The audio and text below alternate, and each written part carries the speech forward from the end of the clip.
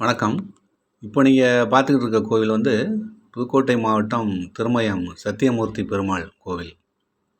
பின்னாடி தெரிகிறது வந்து திருமயம் கோட்டை. இந்த திருமயம் கோட்டை வந்து ராமநாதபுரம் மன்னர் விஜய ரகுநாத சேதுபதி அவர்களால் 1687ஆம் ஆண்டு கட்டப்பட்டது. இதெல்லாம் வந்து வெளிப்புறம் இருக்கக்கூடிய கோட்டை சுவர்கள். இதெல்லாம் வந்து வாகனங்கள்லாம் அந்த பக்கம் போகிறதுக்கு பாதைகள் இருக்குது. இங்கே வந்து இந்த 2 குடைவரை கோயில்கள் இருக்குது. இந்த பெருமாள் கோயிலும் வந்து குடைவரை கோயில். அதுக்கு பக்கத்தில் சிவன் கோயில் ஒன்று இருக்குது. அதுவும் வந்து குடைவரை கோயில். இங்கே இருக்கக்கூடிய இந்த பெருமாள் வந்து சயன கோலத்தில் இருப்பார். பார்க்குறதுக்கு மிகவும் அழகாக இருப்பார்.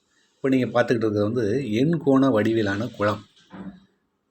8 பக்கத்துலேயும் வந்து இந்த குளத்துக்கு போகிறதுக்கு படிகள் இருக்கும்.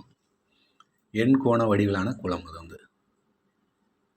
இப்போது இங்கே பக்கத்தில் ஒரு மண்டபம் மாதிரி இருக்குது. அந்த மண்டபத்தில் போய் பார்ப்போம்.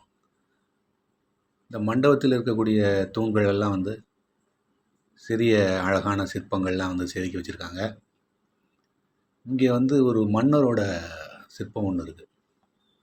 இதுதான் அந்த மன்னரோட சிற்பம்.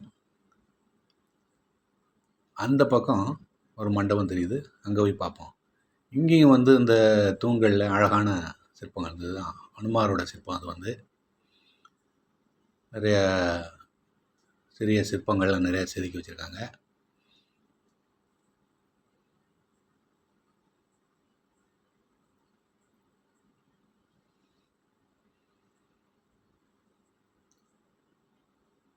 இது ஒரு மன்னரோட சிற்பம். அந்த பக்கம் ஒரு மன்னரோட சிற்பம் இருக்கும். இது வந்து அந்த மலையோட அழகான காட்சி. இது ஒரு மன்னரோட சிற்பம். இந்த பக்கத்தில் இது வந்து பூவராக பெருமாள் சந்நிதி.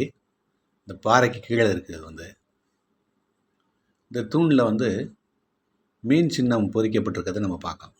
மீன் சின்னம் பொறிக்கப்பட்டிருக்கிறது. அழகான ஒரு சிற்பம் அது. இந்த பக்கம் இருக்குது. அதேமாதிரி இந்த பக்கம் இருக்கக்கூடிய தூண்கள்லேயும் வந்து நுணுக்கமான சிற்பங்கள் வந்து நிறையா இருக்குது.